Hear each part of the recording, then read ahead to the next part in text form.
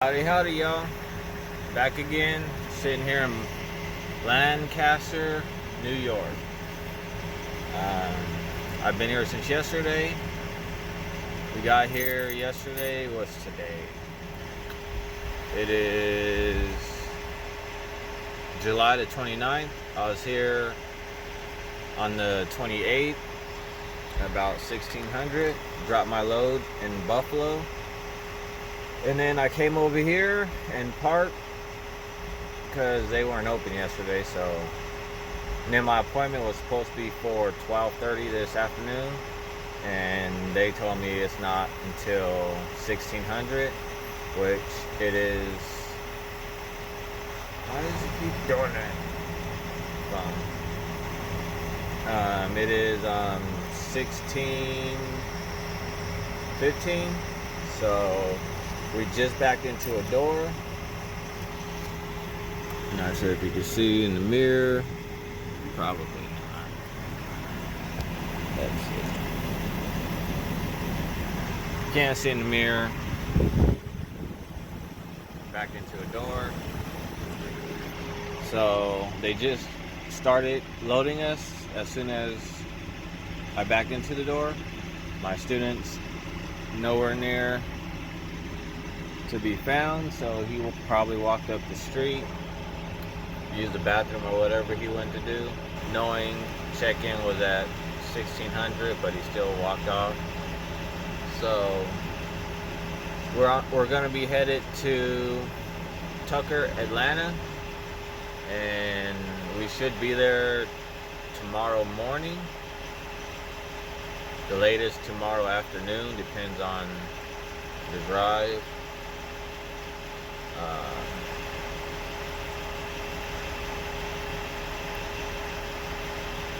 But other than that, I've been sitting here, start calling other companies just to see how their pay scales and everything is.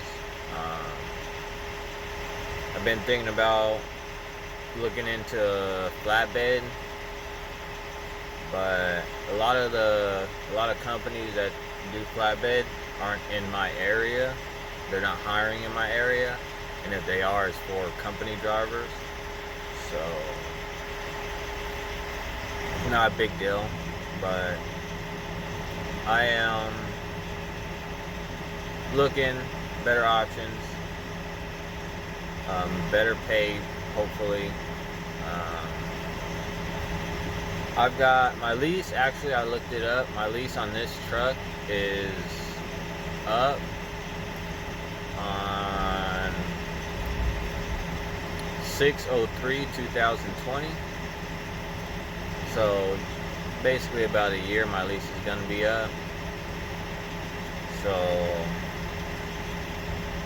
when that happens, hopefully everything goes according to plan. Pay this truck off. Well, not pay it off. Pay it off, but they're saying it's going to be worth $60,000 to about $70,000 at the end of it. At the end of the lease, which you could go off your numbers, but you could go take the truck in and get it looked at. Forget the damn name for it. Basically get it inspected and thorough look at the truck to see the value of the truck, and then probably they'll drop it lower. Throughout the whole time I've been leasing the truck, they've been taking 9 cents per every mile that I run excessive miles. So any month that I run over 11,000 miles, they're hitting me 9 cents per every mile that I went over. And right now, I didn't look at it, but last time I checked, I was about $12,000 into the excessive mileage. That's more than what they're asking for a down payment. So the whole plan is to keep this truck up and going, and then at the end of the lease, I know I should have more money in the excessive mileage, so it'll help drop it down. I still thought I had a year and a half left, just off of when I was thinking of when I got the truck, but it was a lot sooner than what I thought. And I can't complain. This truck been doing great for me. It's run, yeah. I have to put money in it here and there, but what truck don't? Time frame of when stuff happens sucks, but at the same time, that's what it costs to try to be a boss. On top of that,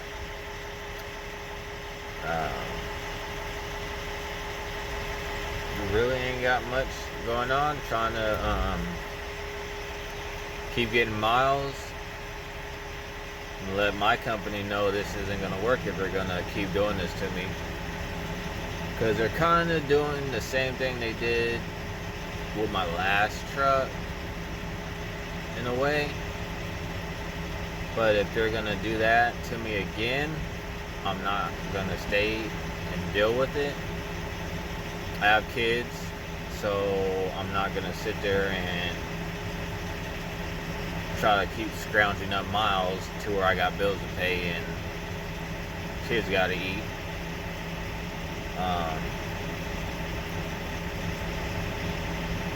Talk to my dispatcher and go from there.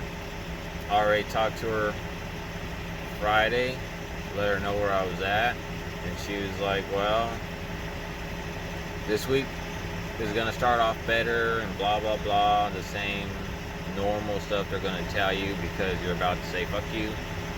But right now,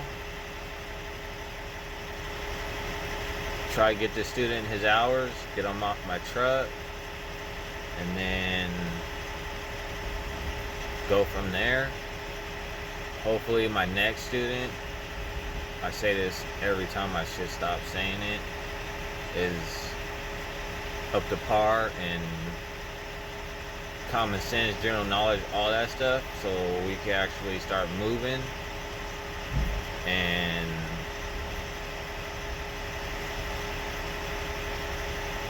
make this month turn out to be a positive and not a negative. Because truth of it all, I still owe for them tires that I just got put on there. I still owe for them brakes and the drums that I just put on there. And now my 90-day service is due. So my calculation of the miles that I should have been running, I wasn't getting it in my maintenance account. Because in reality, when I realized when I was going to change my tires and brakes and all that, I had more than enough time to get the money into my maintenance account. But all I was doing is sitting here, sitting there, sitting here, sitting there. So those miles didn't really add up to anything. So by them doing that to me, kind of got screwed off. I have money in my maintenance account, but the whole lump sum, no, I don't. But one cool thing is they do hold it for you. As long as you don't pull anything out of your maintenance account, they'll hold that big lump sum and then let you run miles. And of course I put more cents into my maintenance account since then, and I'm not getting the miles still. So they see that I'm not running, but I'm not really getting a check neither. So the rapid response is doing what they can to where they'll hold it for me, but if I'm not going to make what I need to, I'm still going to be negative even if they pull it out of a paycheck. But this isn't my first time dealing with this situation. Probably won't be my last. But I hope it's my last, but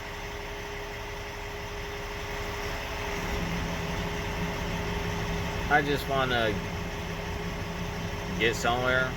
Everybody has their goals, dreams, wishes, and things to do, and whoop-de-whoop whatnot. To where I don't want to go back to company driver. I don't like how they treat company drivers. You're forced dispatch on every load they send you, so it's not like you could be like, well, it's snowing up there, they're gonna close the roads, I have to go that way. No, I'm not gonna do that.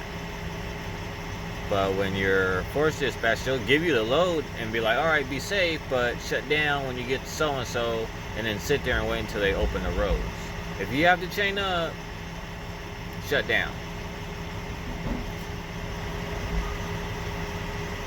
I'm hearing that more and more often nowadays than I heard it when I first started.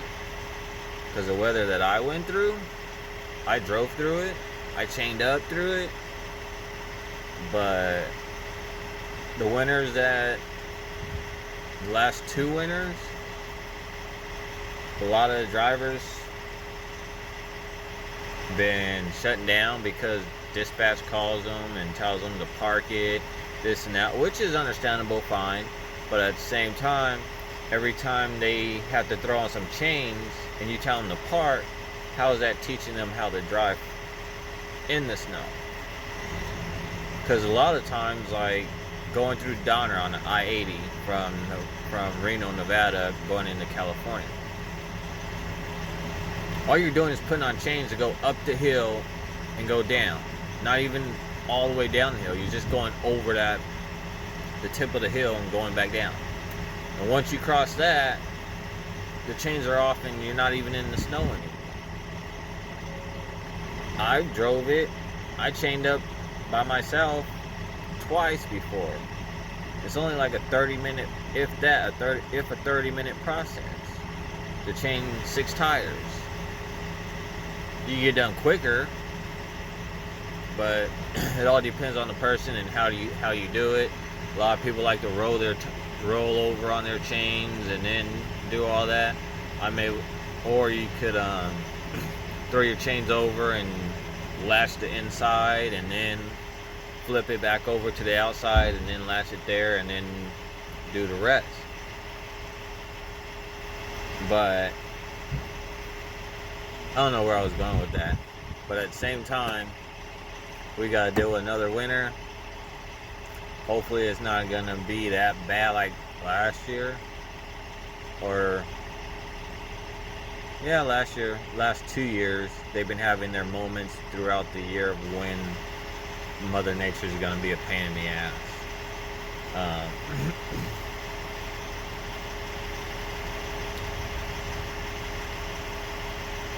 Right now, like I said, we're just sitting here. I might keep you posted while we're on our route, or I might not, or whatnot. I don't know where these videos are actually going when I actually start them. I just click on it and then go from there. So if anybody watches, you could let me know what's up with it. If it sucks, it sucks. Or if you want some ideas of sliding tandems or whatnot, I don't mind doing stuff like that, even though I should start doing stuff like that. Figure out when I'm going to start doing stuff like that to explain and show you tandems, axle weights, all that. So